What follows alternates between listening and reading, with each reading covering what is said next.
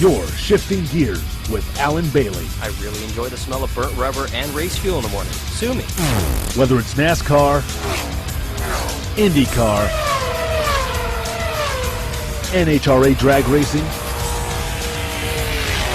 or AMA Supercross, we've got it.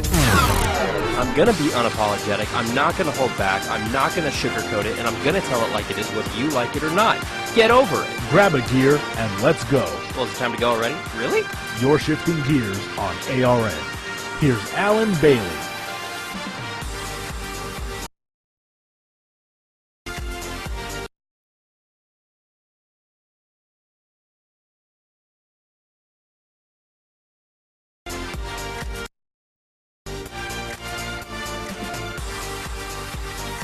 Oh, there I am. Welcome on in. You're Shifting Gears right here on ARN, the American Racing Network. I'm Alan Bailey. You can find me on Facebook, Twitter, and Instagram at The Alan Bailey. Kind of an interesting show, and yeah, we weren't here Monday, but sue me, okay? I'm allowed to take a sick day every now and then, especially when it comes to family. Megabyte me. I'm just saying. I'm just saying. Lots of interesting stuff to get to today. We are going to be talking, obviously, about Ryan Hunter-Reay's victory out in Iowa. A lot of people, even though he has this victory, this one Iowa victory, plus the 500, equal championship. You win a race, and then all of a sudden everybody's on the bandwagon. He's going to do it again! He's going to do it again! I'm not exactly saying he's not. I'm just saying that there's a couple of other drivers that might have something to say against it. I don't know. That's just my opinion. We typically do see a couple of those guys that typically want to go out there and win the championship, and just because one driver wins a race on top of a couple of other races he's won earlier that season doesn't necessarily mean we're calling him to victory lane in the championship. That's all I'm saying. On that note, I am kind of pulling for Ryan Hunter-Reay, and I'll tell you why. It's basically because he's American. No, I mean, in all honesty, he's a great driver, a very deserving champion of IndyCar, very intelligent person when you talk to him. You look at the way he handles himself, his sponsors, his team, very professional, very fun guy, very easy to talk to, family man. He's perfect for IndyCar because he represents all the good things about Americans, about drivers, about anybody who can drive in IndyCar, and I think he definitely carries the flag a little bit for IndyCar and for Americans in IndyCar. But on that note, a lot of people are pulling for him just because he's American. I am kind of sort of one of them. You look at the field, I'm absolutely fine with anybody winning the championship as long as it is close, as long as it's competitive, and as long as the person that ends up as the champion at Fontana at the end of next month actually, we can say, yeah, they deserve that championship. Go ahead and give it to them.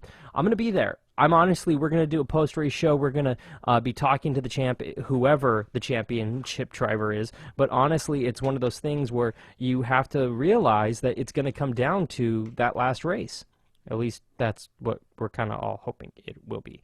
We're really hoping that's what it'll be.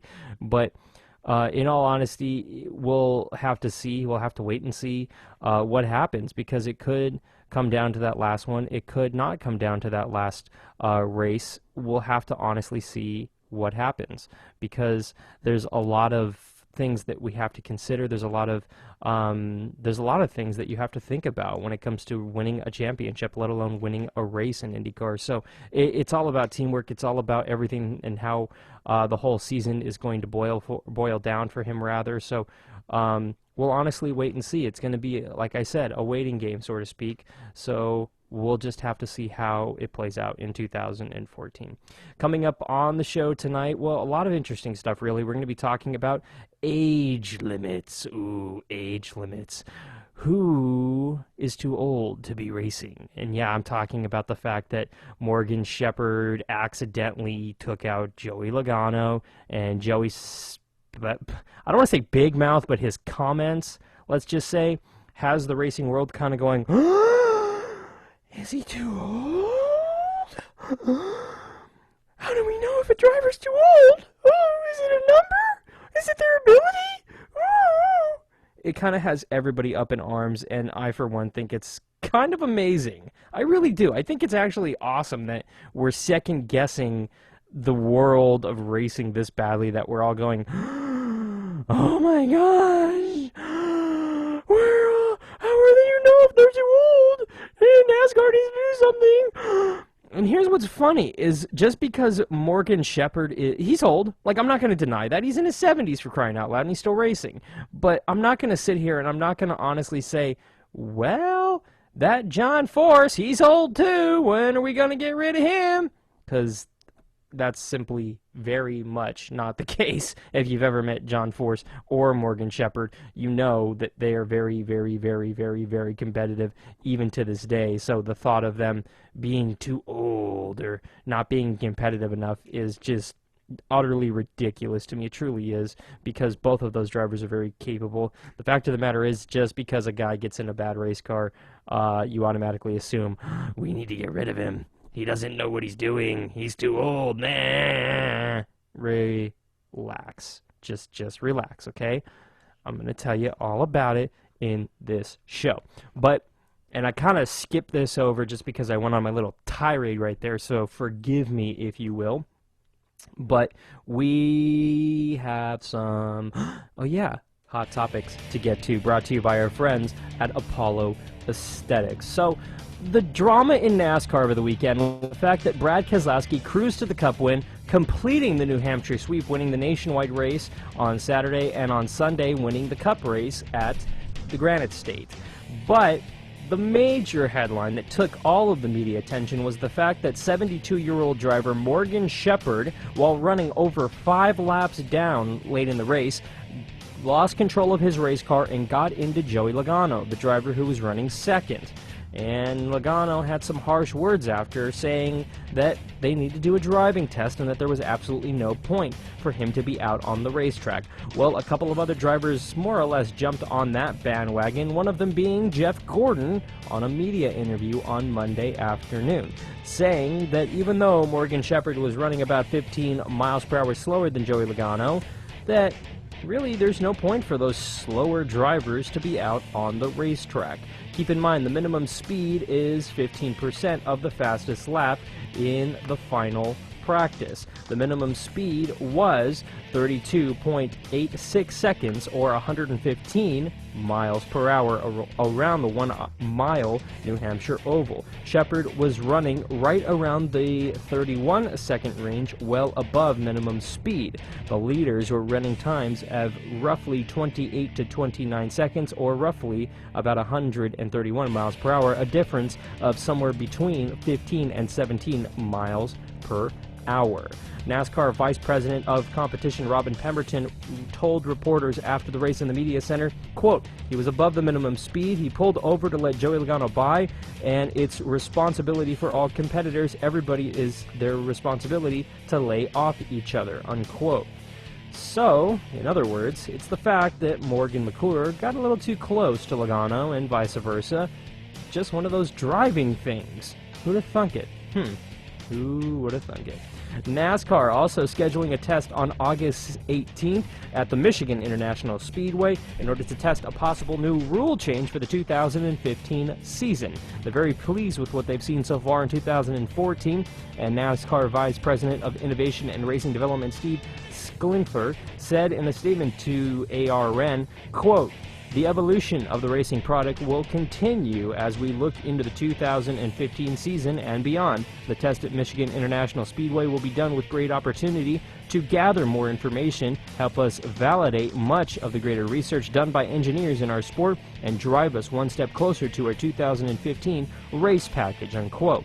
NASCAR states that the number of teams testing has not been finalized. NASCAR also states that there has been no other tests scheduled, although indications in the garage area are that follow-up tests could take place at the Charlotte Motor Speedway later in the year.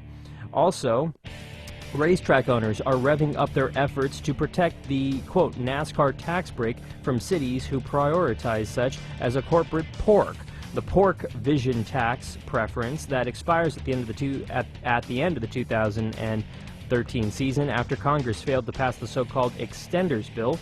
The fiscal watchdogs say that the motorsports tax break which was enacted in 2004, is a kind of narrow gateway that gives the U.S. tax code a bad name, and lump in a providing tax as well. In other words, once you get past all the legal jumbo, they're trying to basically cut tax breaks for these racetracks. The racetracks obviously don't want to pay as much tax. We'll get into it later on in the program. And NASCAR also unveiled something kind of cool, actually. They're going to be changing the paint schemes of the 2014 Chase Contenders, namely painting the roof number yellow. The yellow windshield header is going to be, the headline number and last name above the windshield is going to be yellow as well. Plus, a yellow splitter and front fascia will also be added to the race car, as well as the Chase for the NASCAR Sprint Cup decal on the quarter panel of the car as well. A rendering is available on arnrace.com. Also, we're hearing that Ty Dillon is scheduled to make his NASCAR Sprint Cup Series debut next month at the Atlanta Motor Speedway. Mike Dillon, who coincidentally is Ty's father, Vice President of Competition at Richard Childress Racing, told ARN that Ty, his son, will drive the number 33 at Atlanta. Part of the reason why Ty is making his debut at Atlanta is that Richard Childress Racing is scheduled to test there next month, and it won't be the first time that Ty Dillon has tested a Cup car. Mike Dillon said that his son tested with Hunter-Reay Racing earlier this season, and Mike Dillon said the plan is for Ty to run a second Cup car later this season, but when and where, a second Cup race rather later this season, but when and where depends on sponsorship.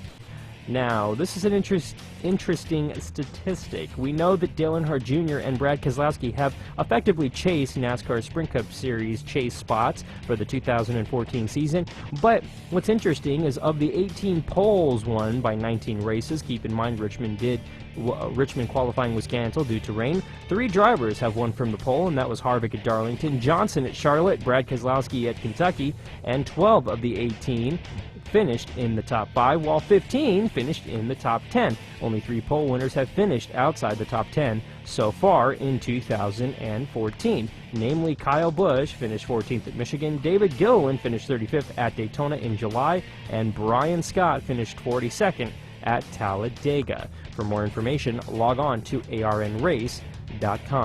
Looking in IndyCar, no surprise over the weekend. Ryan Hunter-Reay blazing his way into victory lane in Iowa over the weekend. And yes, as a result, a number of people have stood up and said, well, he's the favorite to win the championship. And although, yes, he is a favorite, that doesn't necessarily mean we can call him to victory lane yet. The series finale in 2014 will be at the Auto Club Speedway on August 30th, 2014. Saturday night race under the lights in SoCal. It's the MAP TV 400. Log on to arnrace.com for more information on the season finale. And yes, drivers were talking about that the second doubleheader weekend. Graham Rahal, Sam Pagenaud, and Scott Dixon all talking about the twin 85-lap races out there in Toronto. You want to watch this video, you can go ahead and log on to arnrace.com. We're going to have the audio in just a little bit.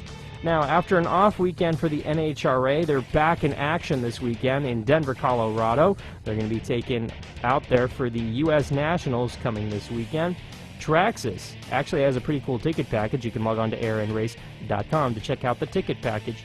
Also, in a bit of serious news, we told you a number of weeks ago that a very famous drag racer went in for surgery, and it is NHRA legend and Hall of Famer Big Jim Dunn underwent surgery for colon cancer next week, and we told you this a little while ago. Now, we have an update. Yesterday, Big Jim Dunn underwent surgery for colon cancer. Doctor said that the 2.5-hour surgery went well and that Dunn is doing great. By late afternoon yesterday, Dunn was talking, telling jokes, and enjoying the flowers that NHRA friends and family sent him, which, by the way, we heard were numbering upwards of 50. Dunn and family members said that they are feeling very blessed and thank everyone for their kind words, well wishes.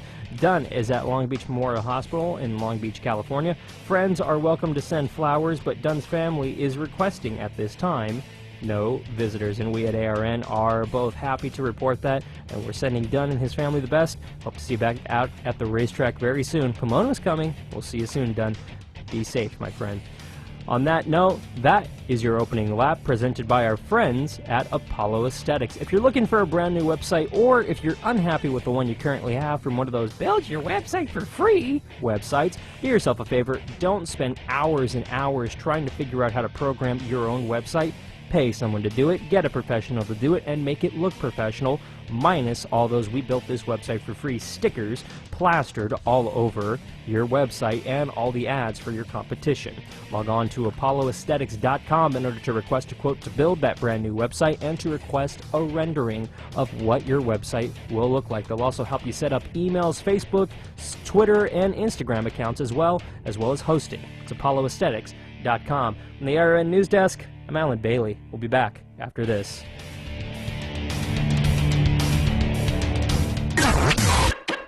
This is ARN, the American Racing Network. I'm not sure if you know, but a lot of people are on Facebook, Twitter, and Instagram. And if I'm speaking a foreign language to you right now, don't worry. A lot of people have trouble with it, but you should not be one of them. If you're looking to get your business online, and if you're looking to build a stronger web presence online in order to build more customers and to sell more product, log on to apolloaesthetics.com. Not only will they help build a brand new custom website for you, but they'll help set you up with Instagram, Facebook, and Twitter accounts in order to build your customer base and get your product out there for people to see. Everyone's online and everyone has a smartphone. Does that free custom website that you can build really work on an iPod or an iPad? Well, Apollo Aesthetics build websites that not only are capable of working, but work with all kinds of smartphones and mobile devices. Log on to apolloaesthetics.com not only to see all the services that they offer, but to request a quote to get your business online today. It's apolloaesthetics.com. What is one NASCAR Unites wristband capable of doing? It can inspire a child to go farther in school. It can construct a brand new playground for kids who've never had one. It can introduce a child with a serious illness to his or her favorite NASCAR driver. I'm Tony Stewart. I wear my band to Unite for Kids. Band together with me by logging on to www.nascar.com/unites to pledge your support. The odds of having a boy who grows up loving baseball, 1 in 6. which earns him a college scholarship, 1 in 2,500. that gets him a contract in the minors, 1 in 3,700. which leads to starting shortstop in the majors. 1 in 290,000. The odds of having a child diagnosed with autism, 1 in 150. You know the odds. Now learn the signs. Go to autismspeaks.org. Brought to you by Autism Speaks and the Ad Council. The Pit Pass. NASCAR Sprint Cup Series teams suddenly and unexpectedly announced that they have formed a group called the Race Team Alliance. Oh boy, ears perked up in the worst way possible for this. This is not good. The last 2 times that NASCAR groups tried to unionize, it failed miserably. Basically because Big Bill said, nope, not happening. He's not around this time. Is it going to succeed? I don't know. We'll find out. Brian? The Pit Pass. Mondays at 7 p.m. Eastern on ARN. Shifting Gears on ARN is presented by Stash Feed. Get the feed. Log on to stashfeed.com, your daily manly feed. Your Shifting Gears on ARN, the Motorsports Authority. Here's Alan Bailey. So even though it's an off week for NASCAR, the topic in the garage area is age limits in NASCAR and the fact that the RTA is still causing drama. Who would have thought it? The group that tried to basically unionize the owners in NASCAR Sprint Cup Series competition, you know, the multi-billionaires, yeah, they're having problems. Who would have thought? Okay, so check this out. The Sporting News published a column Tuesday on the RTA, and it got kind of interesting reviews. Let me just break this down for you here. So if the new Race Team Alliance wants to communicate with NASCAR and its sister company, International Speedway Corporation, they have to do it through attorneys. The alliance of the 9 biggest multi-car teams in NASCAR Sprint Series competition announced its formation back on July 7th, and ever since then it's caused a stir not only in NASCAR but in the racing community, as it's the first time that teams have actually aligned to work together. And I don't mean like 1, 2, or 3 teams. I mean 9 teams. Basically, 90% of the garage area in the Cup Series and roughly 60% in the Nationwide Series have come together and said, we're going to work together. We want to be aligned. We want to work together to reach common goals to help the betterment of stock car racing. Lies. Basically.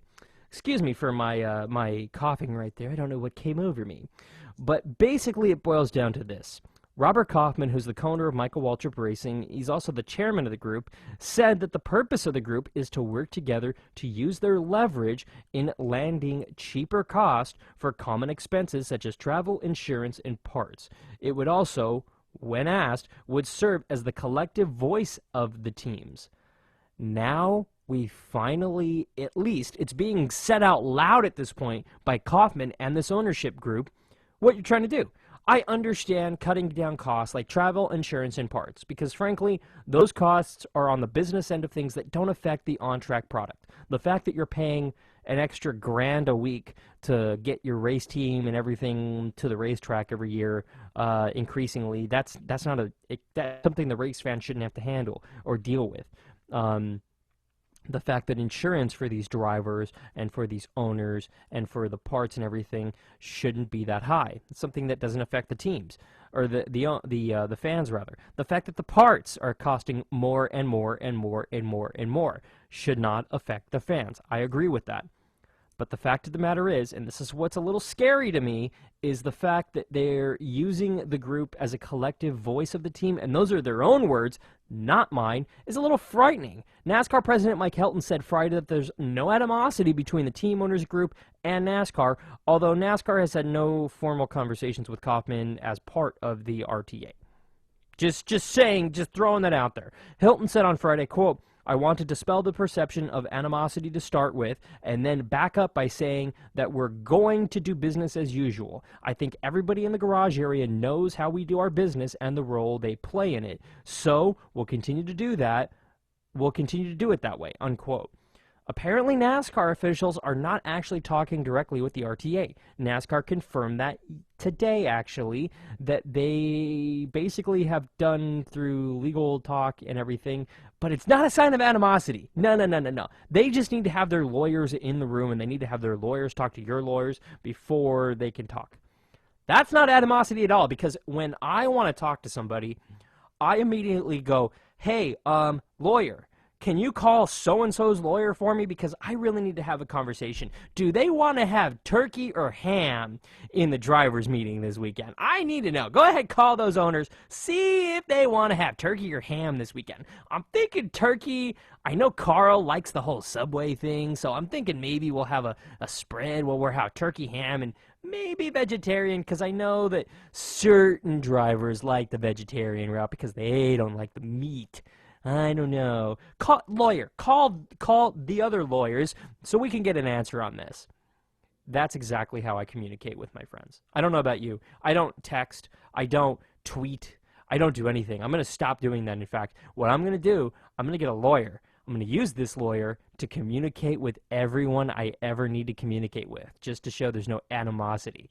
Isn't that great? I'm just screw Twitter, tweeting, texting, calling people, talking to people in person? No. I'm going to hire a lawyer. And it's going to be fairly cheap, I'm willing to bet, too. Because hiring a lawyer to follow me around 24/7 and just in general to be there whenever I need them, that's fine. It's not going to cost that much. I don't understand why people would think it would cost that much to have a lawyer. I'm fairly certain that lawyers didn't have to go to a lot of schooling or anything like that. They're a dime a dozen, right? They're lawyers. They're everywhere. They can't be costing that much. Yeah, that's what it is. NASCAR, come on. I understand that you're walking on thin water here. Don't BS the press. Don't BS the fans. We're not as stupid as you think. And granted, you apparently think we're very stupid, but come on. We're honestly not that stupid.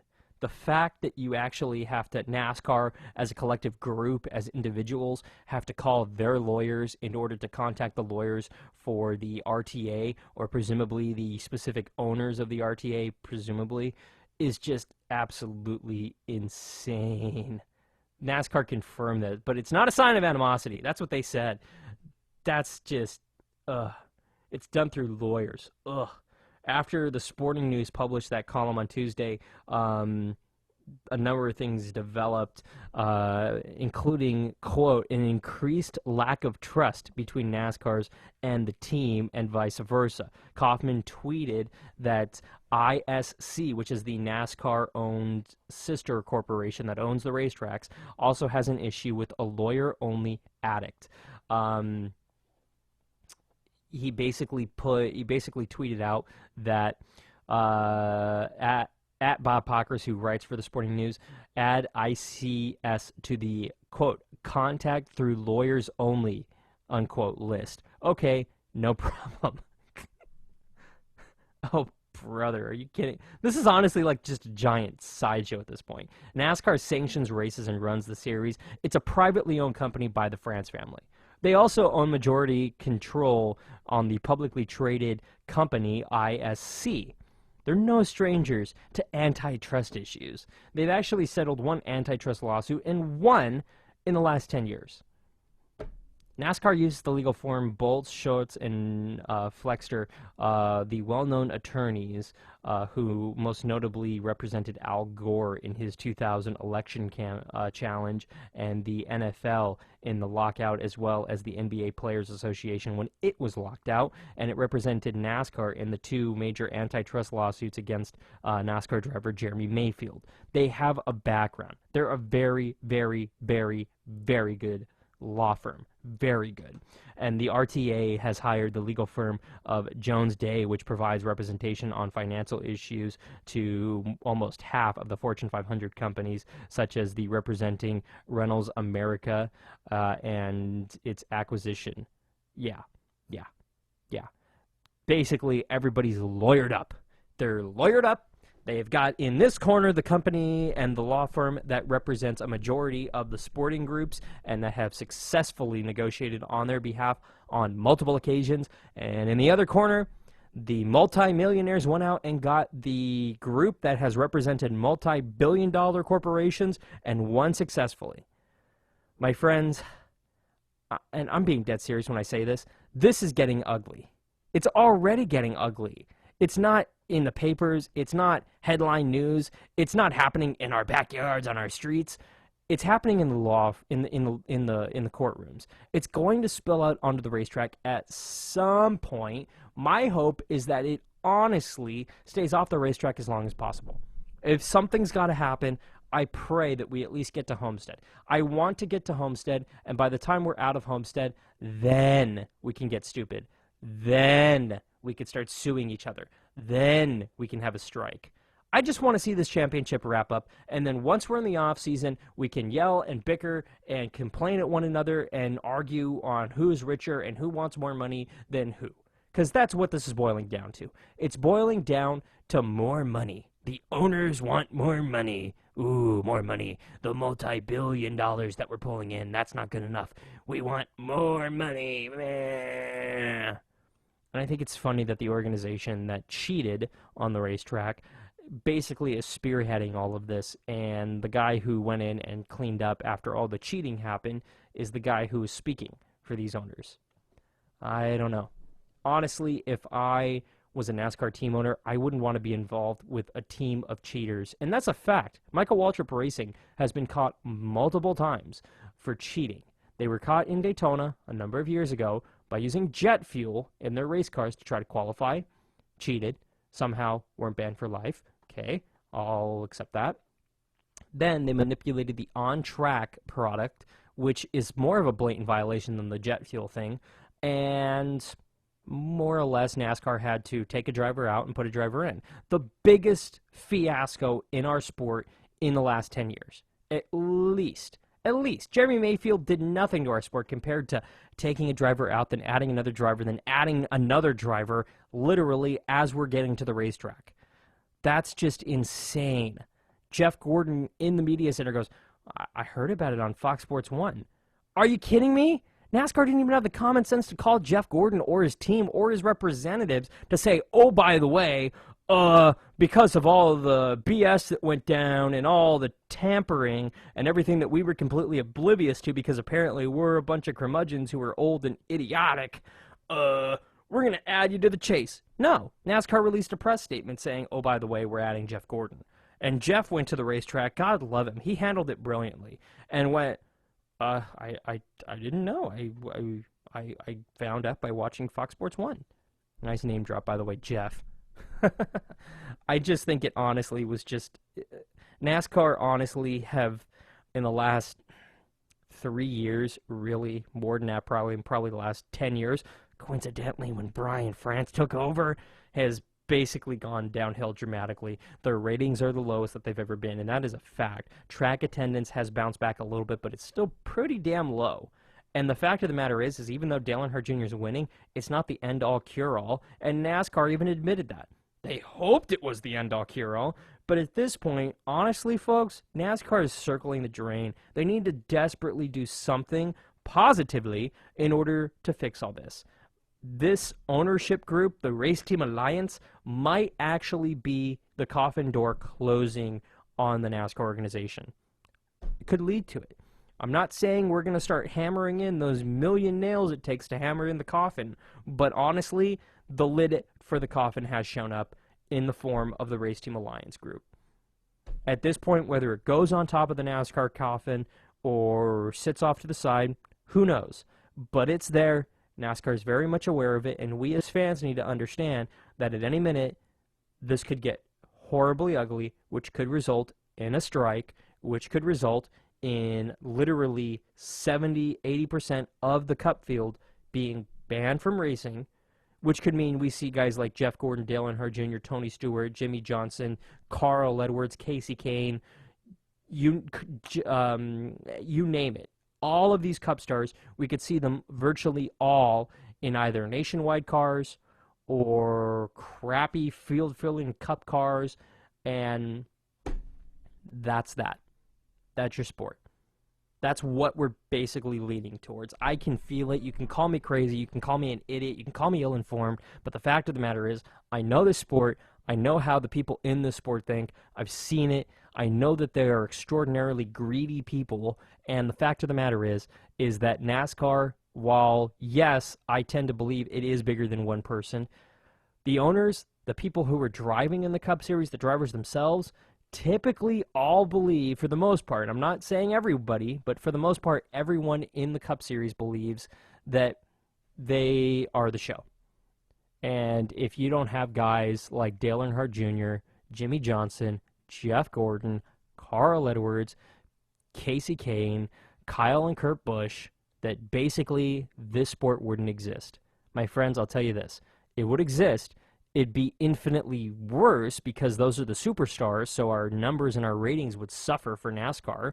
But it would still exist. It would still thrive. Not as bad, not as good as it did in its heyday with all these superstars, but it will go on. The fact of the matter is these 9 owners do not make NASCAR. NASCAR makes NASCAR. NASCAR is a privately owned group. They don't care about you, the race fans. They care about their bottom line. They're a business.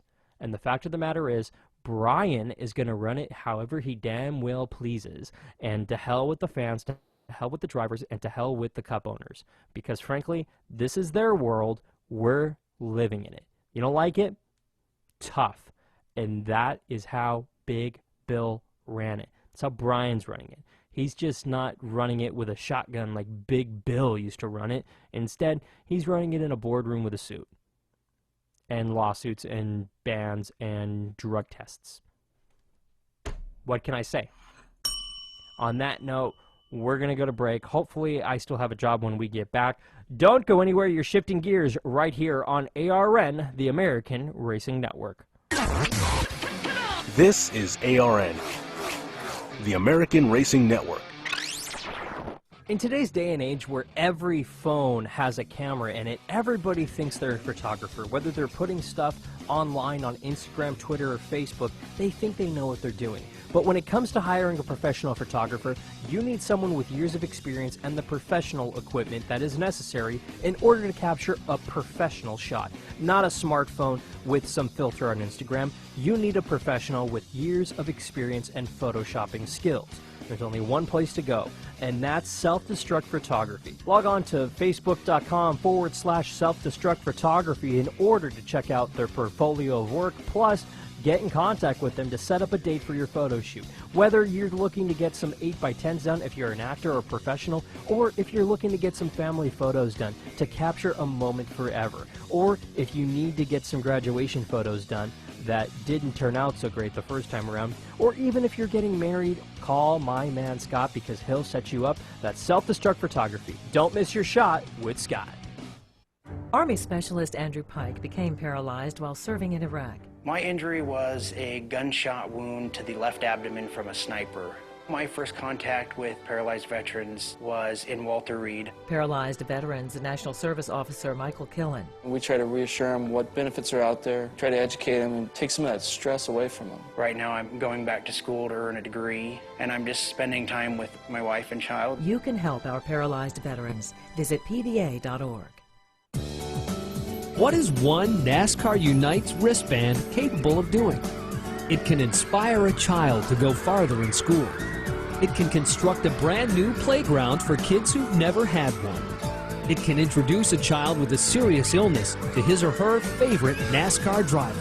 I'm Tony Stewart, and I wear my band to Unite for Kids. Band together with me by logging on to www.nascar.com/unites to pledge your support. The Pit Pass. Listen, I'm happy for Eric Amarola. I'm happy for Petty Motorsports. I'm not happy that NASCAR called that race when they did. It was absolute bogus, man. They had plenty of time. The track had lights, and basically they were saying, well, since our superstars are no longer in this race, and it's a bunch of guys who are basically the quote-unquote starting parks, let's just go ahead and give it to Eric Amarola. It'll be a feel-good story on the 4th of July. Which it was. The Pit Pass. Mondays at 7 p.m. Eastern on ARN. Shifting Gears on ARN is presented by Apollo Aesthetics. Log on to Apollo Aesthetics to start building your new website today. You're Shifting Gears on ARN, the Motorsports Authority. Here's Alan Bailey.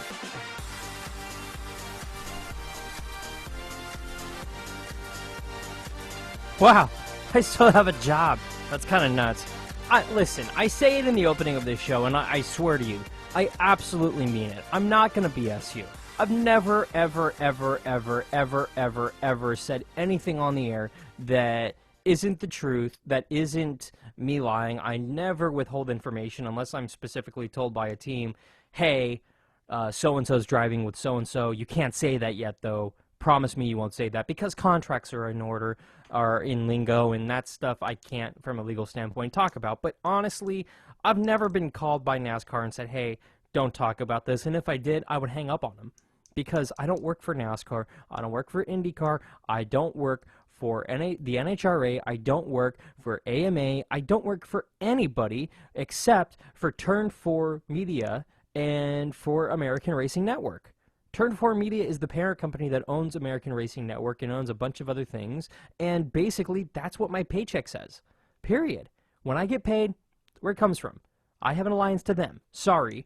And they've never come to me and said, hey, you're taking it kind of hard there on NASCAR. Hey, you're taking it kind of hard there on this particular group or this particular sponsor. Might want to slow it down.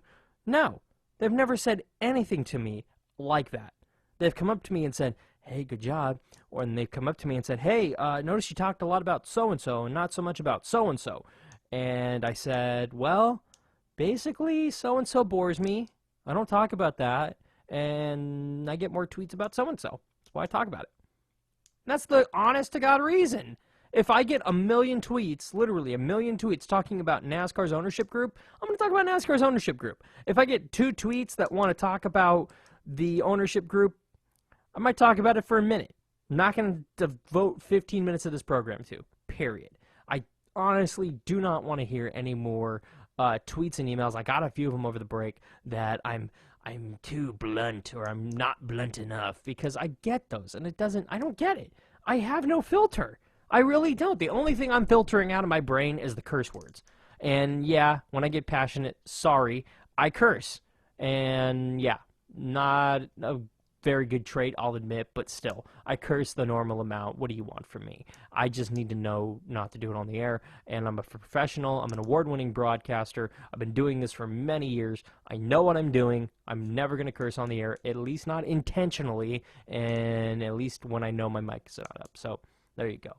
On that note, want to shift gears here a little bit. Stop talking NASCAR, because I'm honestly too frustrated with them to continue speaking about them. Instead, now I want to talk IndyCar, because a lot of people, as soon as and this is kind of what blew me away a little bit, admittingly, the fact that the minute Ryan Hunter-Reay crossed the start-finish line at Iowa, everybody threw their arms up more or less and went, "He won the championship. He's going to win it. He knows what he's doing. He's going to win it." I don't know why we're talking with a southern accent when it comes to IndyCar racing, but what do you know? It honestly was a dominating performance for Tony Kanaan until about lap number 298. Yeah. Kanaan started second in that Target Chip Ganassi racing car, led 247 laps of the Iowa Corn Indy 300, but honestly couldn't hold off Ryan Hunter-Reay in those final 2 laps. It honestly was a gutsy move there at the end if you didn't see it. The number 28 DHL car was running 10th on roughly lap number 289, cruised his way all the way up. Honestly, that was a hell of a race. It was very, very, very good. If you didn't see it, there's some highlights right now that you can watch up on arnrace.com. You could check out the video, the new video section where we put video race highlights and other things. It's up there now. I encourage you to watch it, because that was some ballsy racing. Wow. I mean, that's the stuff we see in NASCAR on a week-to-week basis because they have fenders. That's not something we're accustomed to seeing in IndyCar because there are no fenders. So it was incredibly ballsy. I'll go on the record saying that if he goes on to win the championship, that will be one of the reasons. But I don't know if he'll go on to win the championship. I think he has an excellent shot, but that doesn't necessarily mean, okay, we can call him Victory Lane. He won it. There you go. He got it. Yay! No, far from it. But honestly, those are the things you need to do in order to win a championship. You need to take calculated risks, but smart risks. If you're going out there and just barreling your car into situations that you can't drive out of, or another driver can't drive out of, then that's not going to win you a championship. That's going to get you a bunch of wrecked race cars and a lot of pissed off people at you. But what you have to do is put your car in situations in order to get them through and out of. Ryan Hunter-Reay does that. He knows how to make calculated decisions. He's an excellent driver. He's got an amazing pit crew and team behind him. Yeah, I'm going to go ahead and say he is on my list of championship hopefuls, and I'm keeping an eye on him because he honestly might have something for them. Just maybe. I don't know. What do you think? I typically think, yeah. He might have something up his sleeve here. Truly. I mean, you look at the point standings. It's not. I'm not going to say it's not close because it is close. But with 471 points, Helio Castroneves is your points leader. 462, so 11 markers back. Will Power, and you got Ryan Hunter-Reay in third. Those 3 drivers, I think, are basically going to be the ones to keep an eye on, obviously. But Castroneves is in the shotgun seat. That, honestly, is a huge, huge positive. It honestly is. If you're leading the championship in the final stretch, in the final leg, at this point, with only a few races remaining, that's when you kind of have to stand up and go, you know what?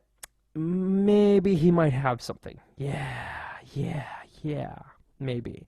We have 5 races remaining until the 5 races to go in the championship. You've got the Toronto race this weekend. That is the exhibition race. You have Mid-Ohio coming up August 3rd. The 17th, you see the Milwaukee Mile. Sonoma on the 24th of August. And then the 30th of August, we see the Auto Club Speedway, the World Championship.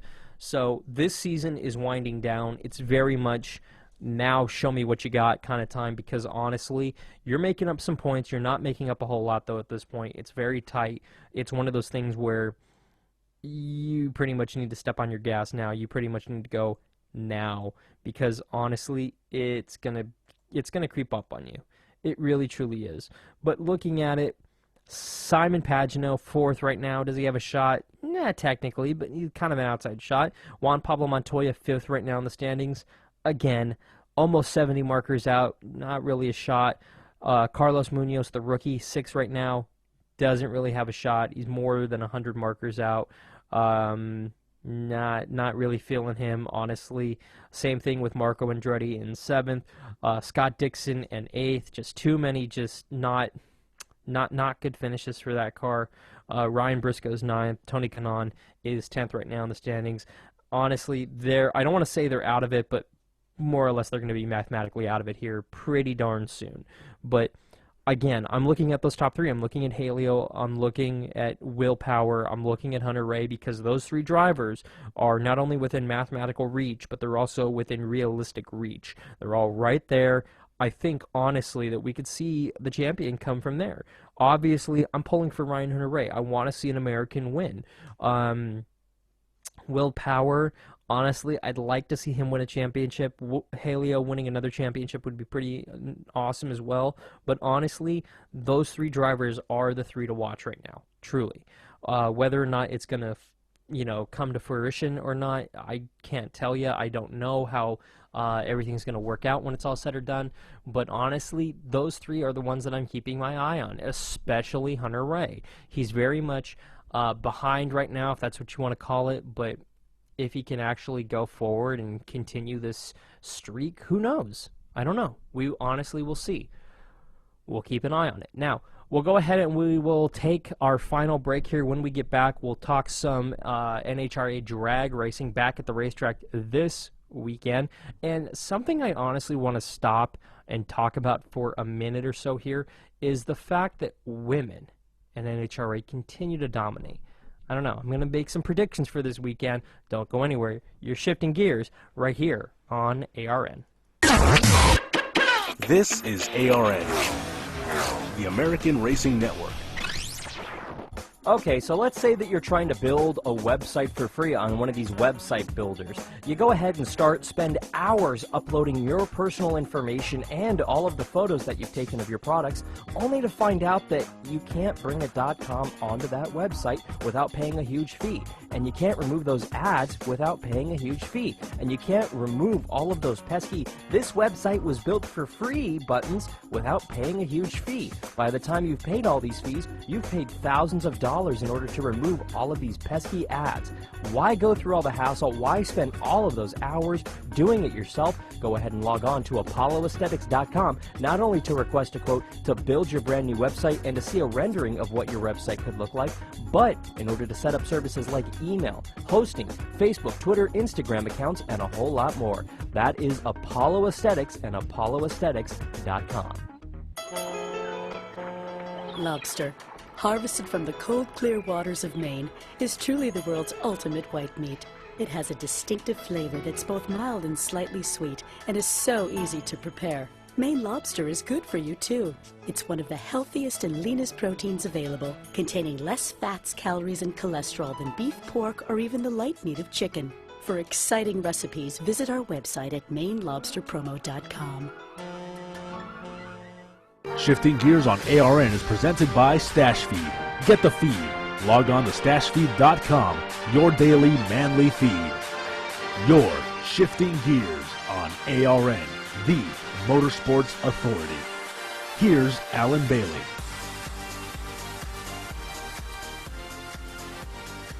The NHRA Yellow Mellow Drag Racing Series going to be taking kind of a hike. Actually, the Mopar Mile High NHRA Nationals this weekend in Denver, Colorado. Now, the drivers on the circuit will have to deal with an elevation of more than 5,800 feet this weekend at the Speedway. They will also have to deal with warm temperatures and the rising pressure of each race in the Yellow Mellow countdown to the championship looming.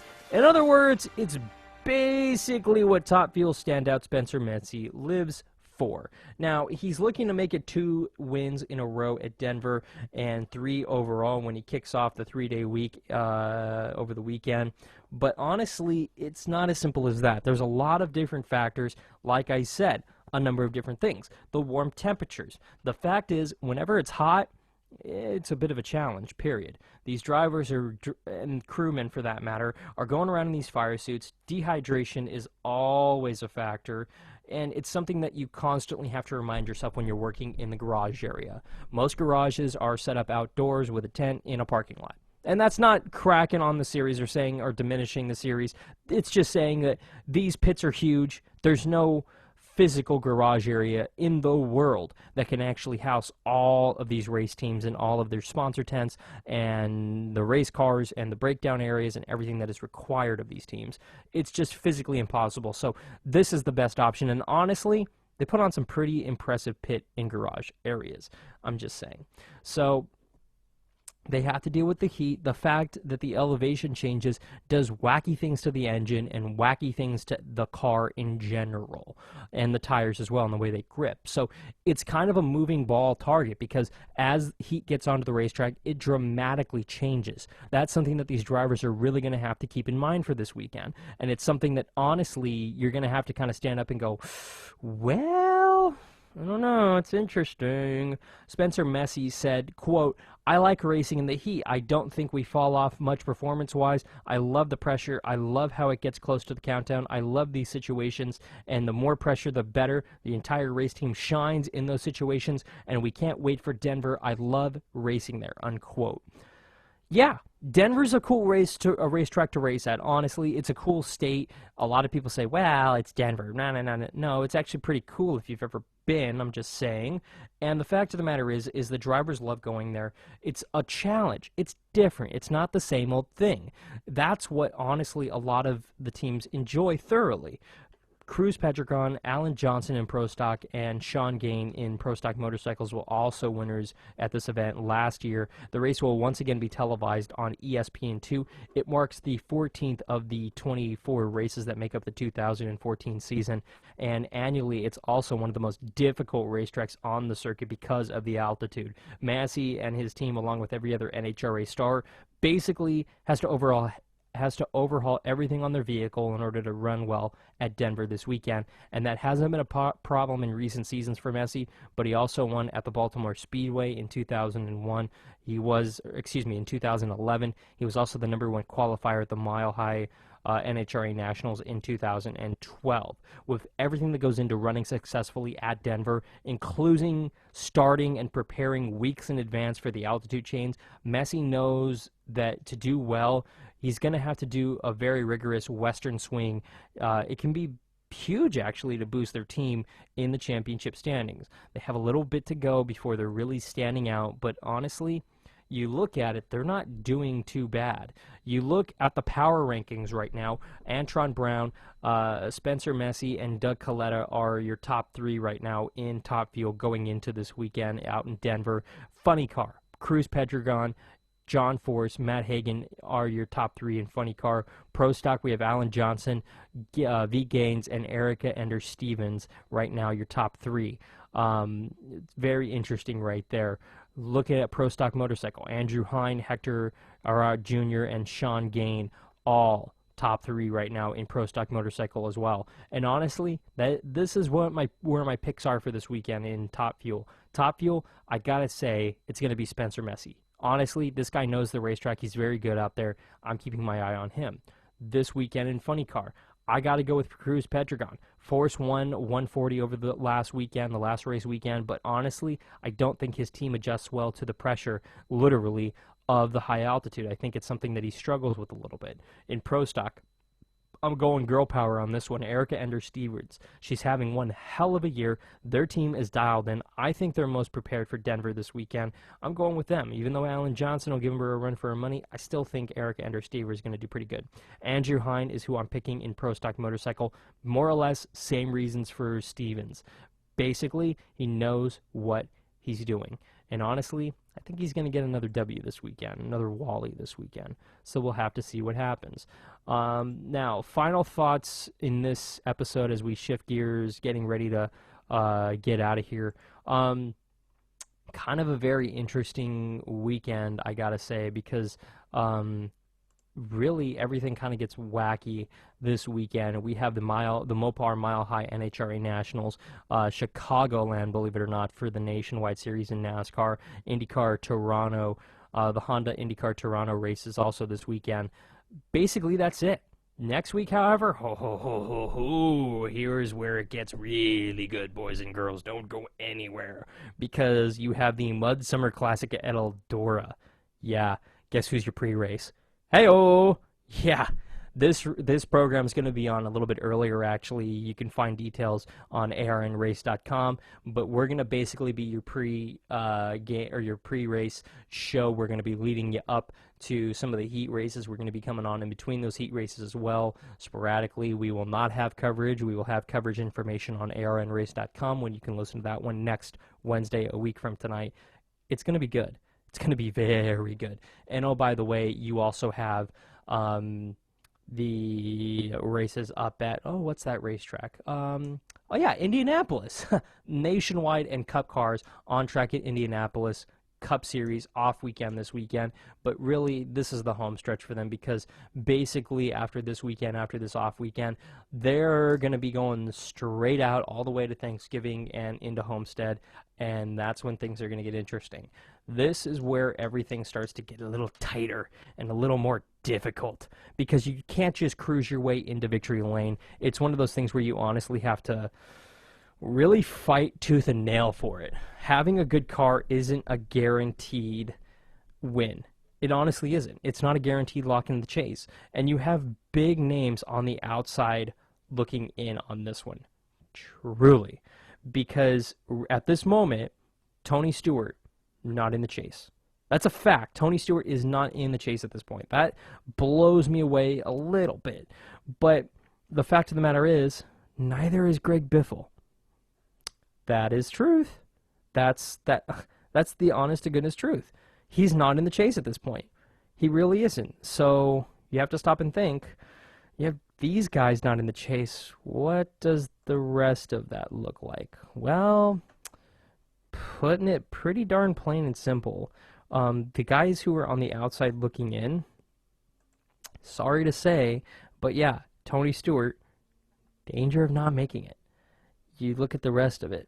Greg Biffle, Jamie McMurray, not in it. AJ Allmendinger, not in it. You have Brian Vickers, not in it. You have a lot of interesting things that are playing out right now on the racetrack. That's when things are going to get interesting. But you look at the rest of it. Right now, on the outside looking in, Casey Kane, he's right there. Greg Biffle, he's right there. Tony Stewart, right there. Jamie McMurray, right there. Marcus Ambrose, nope. Martin Truex Jr., nope. Kurt Busch, he's in, but And as it pains me to say this out loud, it's the truth. Danica Patrick, not in the championship. We're at a point in her career where we actually have to start saying, well, Danica's not in the chase. You're expected to be in the chase by your second year. Sorry to say, she hasn't done that yet. She's not in. And really, that's where I'm ending it, because after Danica Patrick, I really can't expect anybody else to be in the chase. So I'm going to end it there. But really, the three big names that I'm looking at, Greg Biffle, Casey Kane, Tony Stewart, not in the chase. It's a very, very, very plausible scenario that we can see the championship starting without those three drivers.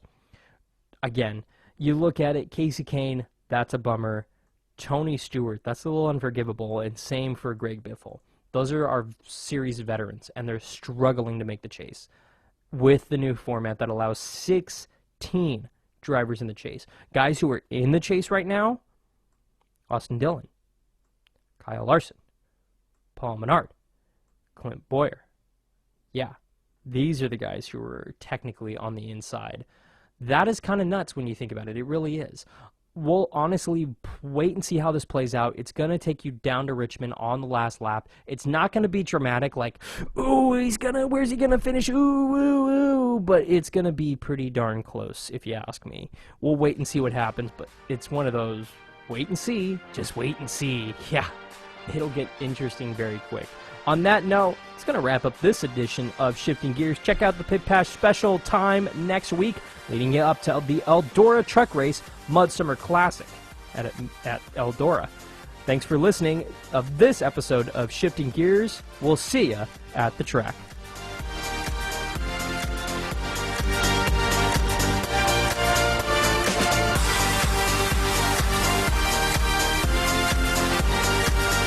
Check out arnrace.com to keep up with the latest news, photos, podcasts, and interviews from the track. You've been Shifting Gears on ARN, the American Racing Network. Broadcasting from the ARN Racing Studios in Southern California, ARN, Los Angeles. This is ARN, the American Racing Network.